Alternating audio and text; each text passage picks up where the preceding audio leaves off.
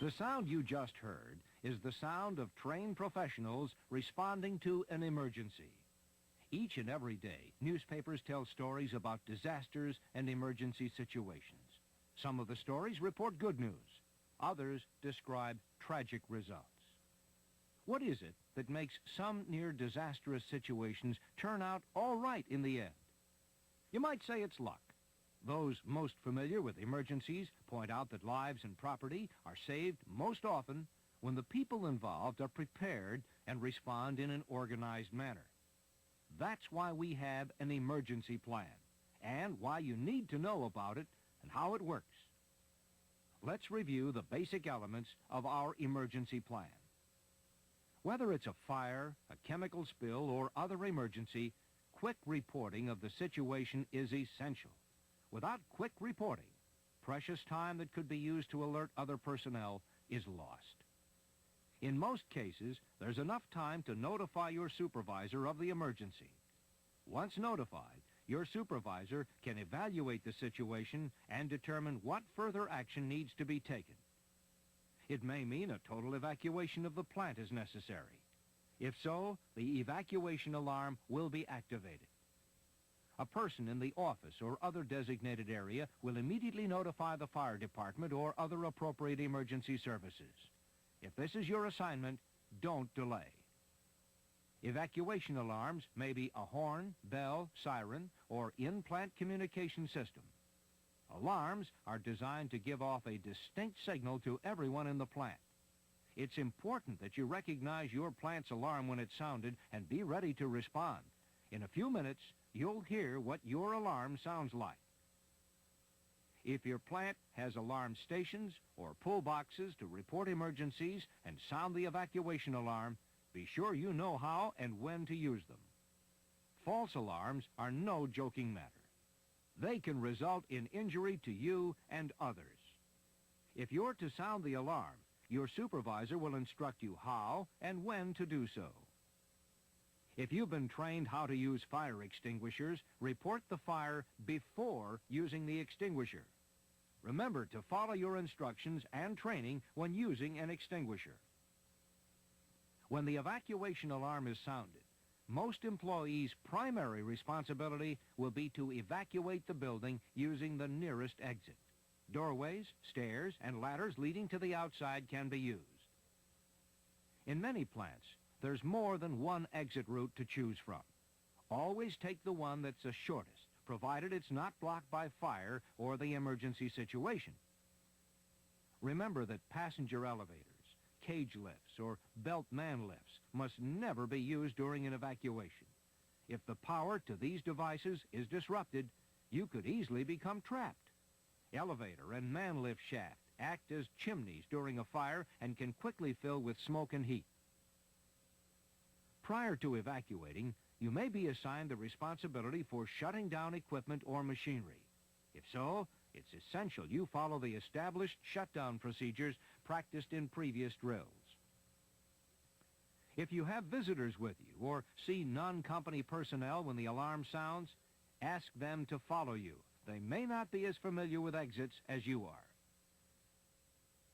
Know where the exits are located in your work area and other areas of the plant that you pass through. Take note of doors marked not an exit, as well as doors marked exit. Review the evacuation routes posted on the bulletin board or on each floor for a better understanding of how and where to go. After you've evacuated the plant or building, move to the designated assembly area.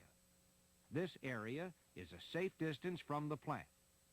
At the assembly area, a head count of all employees and visitors will be taken. Any missing individuals will be reported to the emergency services when they arrive. It's important that you remain at the assembly area until the head count is taken so you're not considered missing. You may also be assigned to assist others. You'll be told when it's safe to leave or re-enter the plant. If you're a member of a volunteer fire department, remain at the assembly point until the fire department arrives. You'll then be released to the chief or commander and will then be under their control and supervision as a firefighter. The assembly area also serves as a temporary first aid station for anyone needing medical assistance. Those trained in first aid will set up a station and maintain it until relieved by the emergency services. Our emergency plan also has specific responsibilities, including directing the fire department and emergency services to the right area of the plant, making sure areas are clear for emergency vehicles, shutting off utilities for the emergency area, making sure fire protection equipment is working, moving vehicles or equipment that may be endangered, but only if safe to do so. You may be assigned to one of these duties. If so, you'll be properly trained so you'll know when and what to do. To help make our plan more effective, we hold periodic visits and training with the fire department and emergency services. We review our plans with them to make sure we're both properly prepared. We also have practice drills. These are to familiarize you with the plan, make sure you know how to evacuate safely, and know how to handle your special assignments. Even though they're practice drills, treat them seriously. Knowing how to act in an emergency can make the difference between being safe or injured.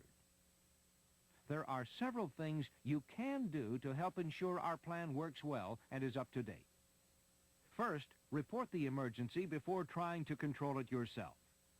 Fast reporting ensures our emergency plan can start quickly.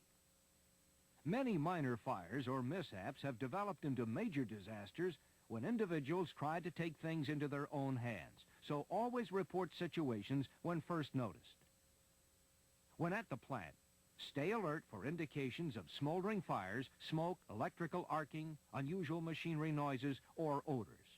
These are all conditions that need to be reported as soon as they're discovered. Second, during practice drills, if you have difficulty hearing the alarm, it's important you let your supervisor know.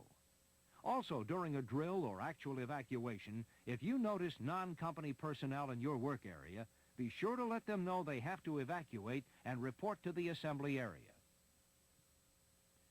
Third, keep doorways and paths to exits free and clear of material.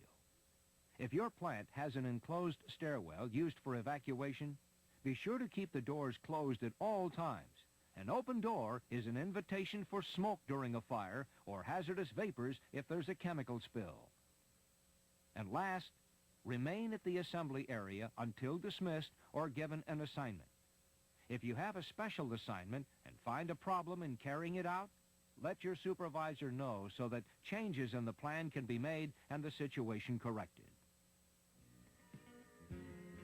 When you put it all together, the success of your plant's emergency and evacuation plan depends on how well each of us responds.